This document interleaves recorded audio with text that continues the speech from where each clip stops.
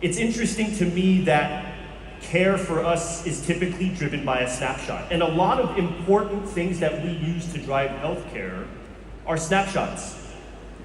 In the context of drug combination therapy, synergy is actually a snapshot.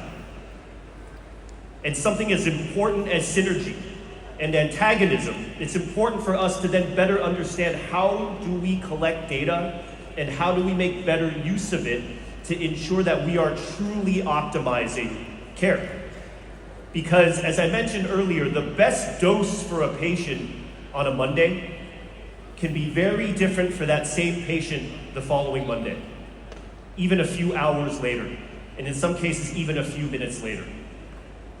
So for us, it's critical to remember that we are stories and not snapshots. So I'm going to give you a real-world use case of us putting this into action. I think a lot of you are very familiar right now with this concept of digital twins. Right? We developed a digital twin using a platform known as Curate, where, as I mentioned earlier, we use only a patient's own data to manage only their own care dynamically and prospectively. This is not a retro exercise. We developed digital twin, a few cases every 5 to 10 years in Singapore. And using their digital twin, we actually found that at standard of care dosing, standard of care, high dose, it appeared that the patient could not respond to treatment, which is quite common, by the way, right? Patients get a standard dose, it appears they can't respond, so we move them to something else.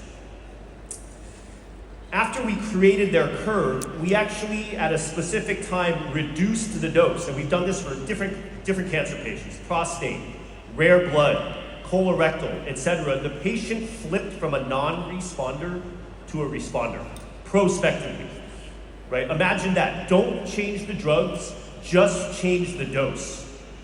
And they go from non-response to response. There was a prostate cancer patient we treated a few years ago, and we kept them on a dose that was 50% of what the doctor thought they needed for about 2.5 years. And for things like prostate cancer, in 2.5 years, new drugs come out when you buy high quality of life for the patient. We eliminated blood transfusions for this patient, tens of thousands now saved for this patient in terms of cost of care. Again, at maximum dose, little to no efficacy, but at the lower dose, optimal efficacy. And as a promise, shout out to Joseph, published in NPJ Digital Medicine. But what's really cool is this publication was probably about halfway. It was a check-in on the trial. In about 1 week, this patient will have been with us for 4 years, when the trial was originally designed for 1. Stories and not snapshots. Again, so study planned for 12. 4 years later, the patient is doing wonderfully well. And in Singapore, you use less drug, the patient pays less. If the patient has a lower dose of drug, less incidence of quite proud of is the core technology behind this has been spun out and is also used to rapidly determine optimal all the way to unfavorable drug combinations for blood cancer patients. And this technology, after about 15 years of being told by oncologists, we will never use this type of technology, is now at the Mayo Clinic in the US. But I think something quite relevant for our community today is that one of the very first people 15 years ago to believe in this technology was the late Ratan Tata. We at the time were using this platform to design tuberculosis drug combinations, with the goal of cutting treatment time in half in human. In early days, he understood the technology, spent the time to sit down with us and go through how it worked, only for us to see it work in patients, and then we actually gave the knowledge away. We actually published the results for the benefit of doctors who are able to use it. But to see this now deployed at the Mayo Clinic is quite an exciting time, because it is stories and not snapshots. Then there's something I'm hoping the crowd will take home today. I think everybody in the audience is familiar with the terms person alongside them. So then the next question I had was, can we leverage data as an intervention to drive and improve areas like health span? So there's something that's near and dear to me, which actually sparked this study. About 7 years ago, when my family first moved to Singapore, my wife was diagnosed with a malignant brain tumor. Okay, we were literally in Singapore for like 6 months. Totally shocked. She gets diagnosed with a malignant brain tumor at the age of 39. And I remember the day that that happened. Okay, the day that it happened, I sat by myself and I told myself, I think I have to be a lot healthier for the family now. Right? Because I've got 2 young kids. I've got a wife who has a long road back, and I think I need to do more to make sure at least one parent in the house is healthy. So I started thinking about things like keeping myself healthier longer. And the sad part was it didn't work. Okay, about a month later, I'm eating like pizza, chips, candy, cookies. Behavior is tough. And by the way, my wife is fine. Okay, my wife is fine. She's doing very well. She had a spine tumor about 2 years ago that was related. She battled her way back from that. She's like doing yoga every day. Her first trip after recovery from a wheelchair, she was actually temporarily paralyzed, was to Dharamshala, right? And so very proud of her.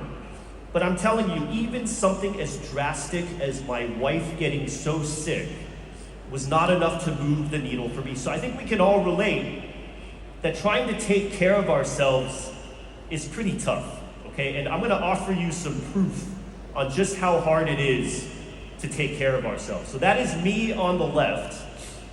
Even though we work in AI, I assure you there was no AI used in this photo, okay? That really is me. And what I did was I decided to take the learnings of dynamics and to launch a trial with me as the data set. I want to emphasize that this is an IRB approved study. When NUS's IRB saw this IRB, within 1 day they emailed me, we're not that efficient, okay? They emailed me and said, we do not have any precedence of a professor being his own test subject, let alone for an interventional study. We're gonna have to go to the Ministry of Health of Singapore to get extra approvals, which luckily Singapore is efficient there. And in about 4 weeks, the ministry came in with what I think is a milestone for citizen science, because this trial, while I am an N=1 on this trial, the results have created frameworks to allow population levels to commence now. The whole goal of this trial was not simply to optimize my health, it was to have a deeper look at our phenotypes to see if we could figure out better ways to test and then optimize population level risk trajectory and maybe even behavior change for someone. So we call this the Delta trial. I'm gonna start things off by saying, do not do this. Okay, don't cold turkey this regimen. There was a specific reason why this regimen was done. I typically eat between about 11 a.m. to 3 p.m. a day. Do not try this. This is not an advertisement for fasting. Some people should not fast. Men and women should fast differently from each other. In fact, we're just about to launch a trial for women only for dynamic fasting, and even a person who can safely fast needs to modulate that fast as well, just like we modulate dose. I work out consistently every day. I think I saw Dimitri earlier at lunch. We were in the gym, or I was in the gym at least earlier. I work out consistently. And I try to keep my eating as disciplined as possible, but I want to emphasize that for things to be durable, for us to be able to adhere, deprivation, starvation, pain, mental anguish are not great inputs for sustainability. So even though it says green and lean, I actually enjoy my food, and I'll show you at the very end to prove it. For those who can see that chicken and broccoli in there, I assure you it tasted way better than it looked though. Okay, so this regimen for me, not too bad. So on the left was 2021. I think we can all argue that post-COVID, we had a pretty hard time. But on the right was what happened to me after the trial, and I assure you, this was not the intent of the Delta trial. In fact, I didn't even know about this. My son sent me the photos. He was like, hey dad, check this out. And whenever I put this photo up, I get the same response from the audience every time. They say, Dean, the only way you can achieve this is because you have some sort of superhuman level of discipline. But I'm going to tell you, when I first presented this slide about 6 months ago, somebody in the audience is a friend of my father's where I presented.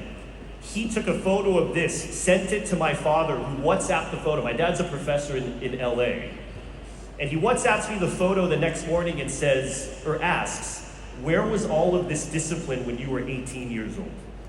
Okay, so for people who tell me this is only achievable by some sort of, Herculean level of discipline, I will tell you my parents would strongly disagree with you.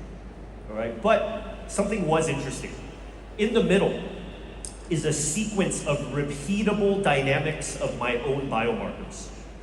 Blood ketone, blood glucose, and then what I did was I spent time understanding how repeatable and how interesting the dynamics of my metabolism was. And so we started thinking about, if we are indeed stories, can we take data that's a little bit more frequently fed to us as a possible carrot to allow us to respond and adhere a little bit better? But I want to emphasize, Delta is not merely a before and after photo, all right? I'm going to show you some of the interesting story that we have on various aspects of things like my metabolism, my gut, even my sleep. What you're looking at here is my metabolic switch, right? Metabolic switch, for those who don't know, is our body's ability to switch between sugar burning and fat burning, and we never lose that ability, by the way. We have a lot of talk about metabolism slowing down over time, etc., but we don't lose the ability to switch. It's just that the way that our lifestyle regulates us, we tend to not switch that often anymore as we get older. What you're seeing in the blue is my ketones switching high, low, high as a function of the black line, which is my glucose as a function of exercise.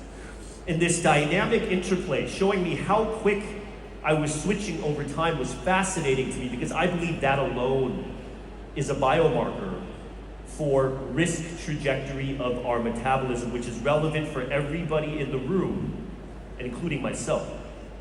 When I first started doing this ketogenic switch experiment, it took me 7 days to go from a ketogenic diet into actual metabolic flip. As time went on, it took me 5 days. 4 days, 2 days, now in 15 hours.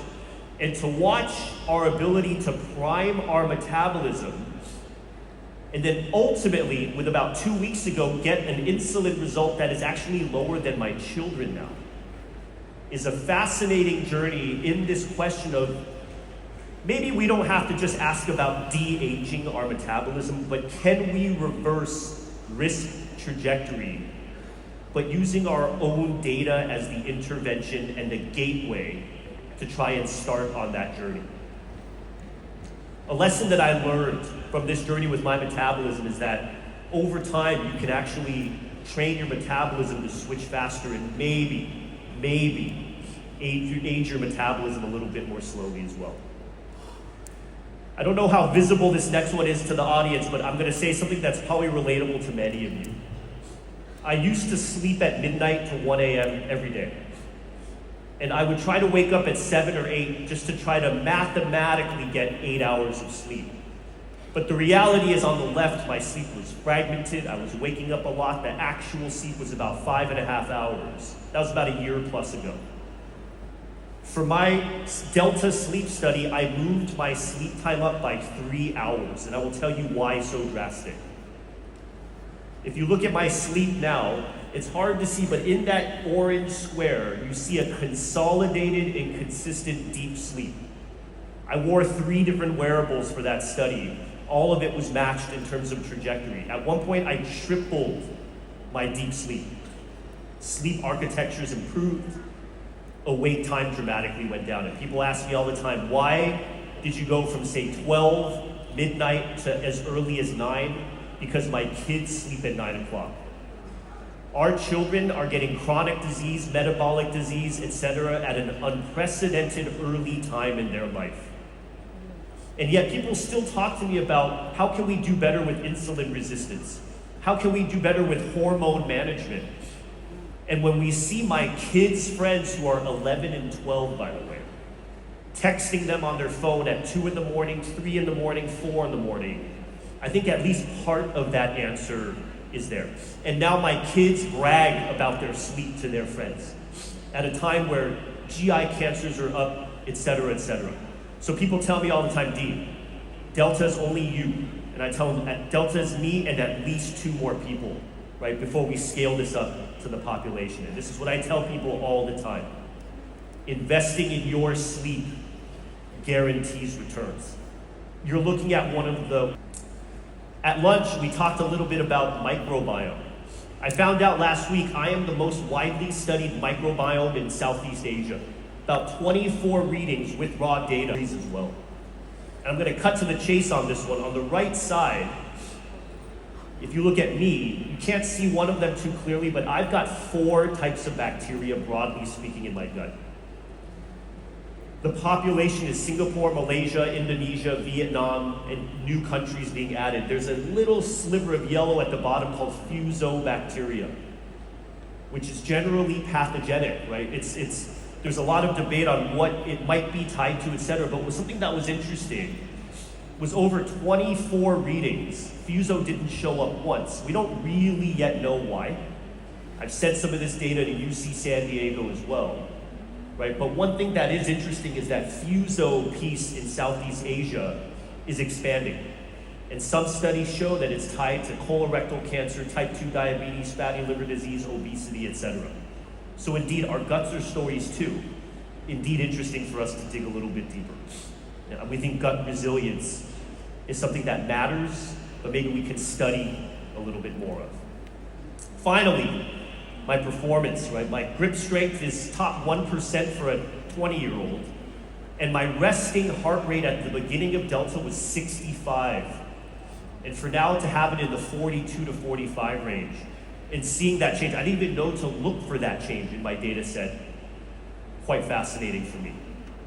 Right? So my biggest take-home message from my own journey that it's never too late. The time, what are we really willing to do as a society to future-proof our health when we're still healthy? And I argue the answer is not much, right? Because healthy people are super efficient at becoming unhealthy. But when we're sick, I think we would do anything it takes to try and past-proof our health. But if we have a chance to try something, it's never too late.